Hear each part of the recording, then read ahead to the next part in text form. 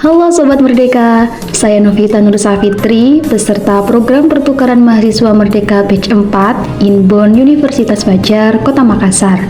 Pada tanggal 20 Juni 2024, saya telah mengikuti kegiatan kebinekaan 7, yaitu mengunjungi makam Gua Londa dan Katekesu yang ada di Kabupaten Toraja, Provinsi Sulawesi Selatan. Yuk imak keseruanku pada kegiatan kali ini. Jadi, Londa Toraja merupakan salah satu kompleks pemakaman yang kini menjadi salah satu destinasi wisata di Kabupaten Toraja Utara, Sulawesi Selatan. Wisata pemakaman Gua Alam Londa Toraja ini menjadi salah satu destinasi favorit wisatawan yang datang ke Toraja Utara, karena destinasi wisata pemakaman Gua Londa ini terletak di Desa Sangbua, Kecamatan Kesu, di mana di dalamnya terdapat dua gapura atau gerbang di destinasi wisata Londa Toraja, yakni gerbang pertama yaitu wilayah UMKM dan lahan parkir kendaraan, sementara gapura kedua ialah area pemakaman dan Gua Londa. Ini kita sedang membeli souvenir Toraja dengan harga 2,3 M. Investasi kok. Rumah dong. Ya itu orang nih. Oke, sekarang di Londa ya guys ya. Nah, saat kami melewati gapura kedua, kami akan disuguhkan pemandangan jejeran peti jenazah dari kejauhan. Ini merupakan pengalaman kali pertama kami mengunjungi makam Gua Batu. Nah, selain dari peti jenazah, kami juga melihat jejeran batu-batu, yakni patung batu yang menyerupai jenazah yang dimakamkan di dalam gua. Di Gua Londa disebut dengan Tau-Tau. Nah, Gua Londa Toraja ini sudah berumur ratusan tahun dan masih digunakan hingga saat ini dan memiliki panjang kurang lebih 1 km. Yang dikubur di sini itu memang asalnya dari satu rumpun, namanya rumpun Tolengke. Ya, cuma di dalam satu rumpun ini sebenarnya mereka masih ada perbedaan sosial mereka di dalam kampung. Jadi sebenarnya ada 3 tingkat kuburannya, dan semakin tinggi kuburannya itu semakin tinggi stratanya. Ya. Nah, terus yang merupakan strata paling tinggi ini yang dibuatkan patung di atas sana. Jadi patung-patung ini merupakan replika daripada mereka punya bangsawan yang sudah meninggal. Ya. Dan yang sebenarnya kalau kami di Toraja kan yang boleh dibuatkan patung hanya kalangan bangsawan yang memang mampu melakukan upacara adat yang lengkap. Nah, terus salah satu itu gimana, Pak? Salah satu standar upacara adat mereka itu sebenarnya minimal 24 ekor kerbau yang mereka korbankan pada saat mereka melakukan upacara adat. Jadi upacara adatnya itu namanya Rambu Solo kalau kami di Toraja.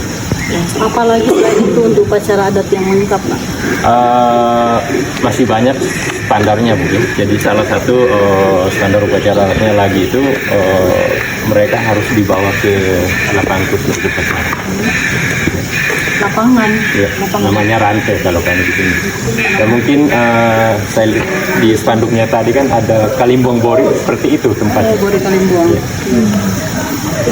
Terus yang merupakan kuburan-kuburan awal di sini itu yang bagian atasan. Itu sudah ratusan tahun semua yang dibuat seperti rak-rak itu. Itu nggak lapis ya? Petinya masih asli. Cuma kalau penyangganya kan sering diganti. Cuma pada saat keluarganya mau mengganti penyangganya itu harus melalui ritual dulu. Ya. Jadi erong-erong ini memang rata-rata terbuat dari kayu yang masih utuh terus dikerok ke dalam. Jadi bentuknya dalam itu kayak lesung, kayak sampan. Ya. Dan zaman dulu peti-petinya ini sebenarnya digantung semua pakai tali seperti yang di bagian atas sana. Ada yang masih digantung. Oh iya. Ya. Dan mengapa dulunya digantung? Itu karena dulunya katanya daerah ini masih daerah hutan. Jadi untuk amannya dari binatang buas mereka digantung seperti itu. Terus dalam satu kotak itu sebenarnya mereka gunakan untuk satu keluarga inti. Di dalam Gua Londa juga ditemukan erong atau tempat jenazah yang berbentuk babi dan kerbau yang dipenuhi dengan tengkorak dan tulang belulang. Usianya itu sudah ratusan tahun. Baru di atas punggung gua juga terdapat sebuah benteng pertahanan yang bernama Tarangenge. Nah, tempat jenazah di dalam gua ini memiliki beberapa tingkatan. Hal ini sesuai dengan strata orang yang dimakamkan. Semakin tinggi tempatnya, maka menandakan semakin tinggi strata jenazah tersebut. Nah, ketika kami menelusuri Gua Londa, ini menjadi pengalaman yang sangat menarik bagi kami peserta program pertukaran mahasiswa Merdeka. Pasalnya, di dalam gua terdapat ratusan tengkorak dan tulang belulang manusia yang sudah berusia puluhan hingga ratusan tahun. Namun, saat kami hendak menelusuri Gua Londa, kami didampingi oleh tour guide yang telah menyediakan penerangan jenis petromak. Pengunjung hanya dikenakan biaya 50.000 untuk fasilitas tersebut. Nah, saat memasuki Gua Londa, suhu lembab dan angin bertiup terasa setiap ruangan gua, membuat bulu kuduk kami merinding. Ditambah lagi setiap sudut gua terlihat tengkorak kepala dan tulang belulang bergeletakan sehingga menambah adrenalin pengunjung saat menelusuri gua tersebut. Tak hanya itu, ratusan batang rokok, sirih, pinang, bahkan kembang sering dijumpai kami di dalam Gua Londa Toraja.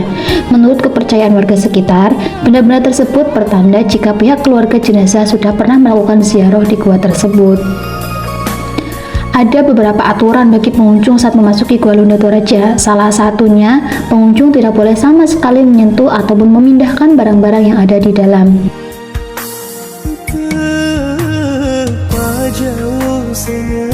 Pemandu kami mengatakan bahwa aturan ini diberlakukan agar pengunjung tidak merusak serta menghormati jenazah.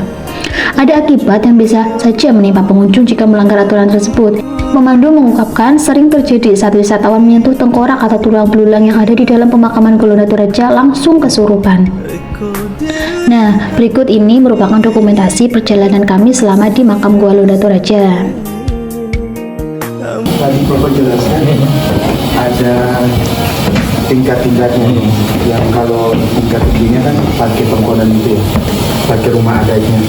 Nah itu misalnya kalau ditaruh di dalam Lalu, jadi biasanya kalau ada yang meninggal itu mayatnya disimpan di rumah dulu. Jadi nanti mereka boleh dibawa ke kuburan seperti ini kalau mereka sudah melalui upacara adat. Katanya kalau ada yang meninggal itu mereka percaya bahwa arwahnya itu hanya pindah alam. Makanya mereka tetap keluarga yang masih hidup suka sekali mengunjungi keluarga yang sudah meninggal. Kalau yang taman itu orang panjat akar pohon yang ditaruh di bawah tanah.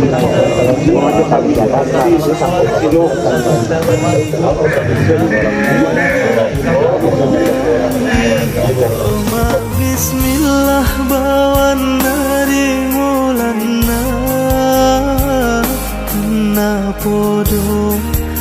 Nah, Sobat Merdeka, setelah kami mengunjungi Gua Londa, perjalanan kami berlanjut mengunjungi Ketekesu. Ketekesu adalah suatu desa wisata di kawasan Tanah Toraja yang dikenal karena adat dan kehidupan tradisional masyarakatnya.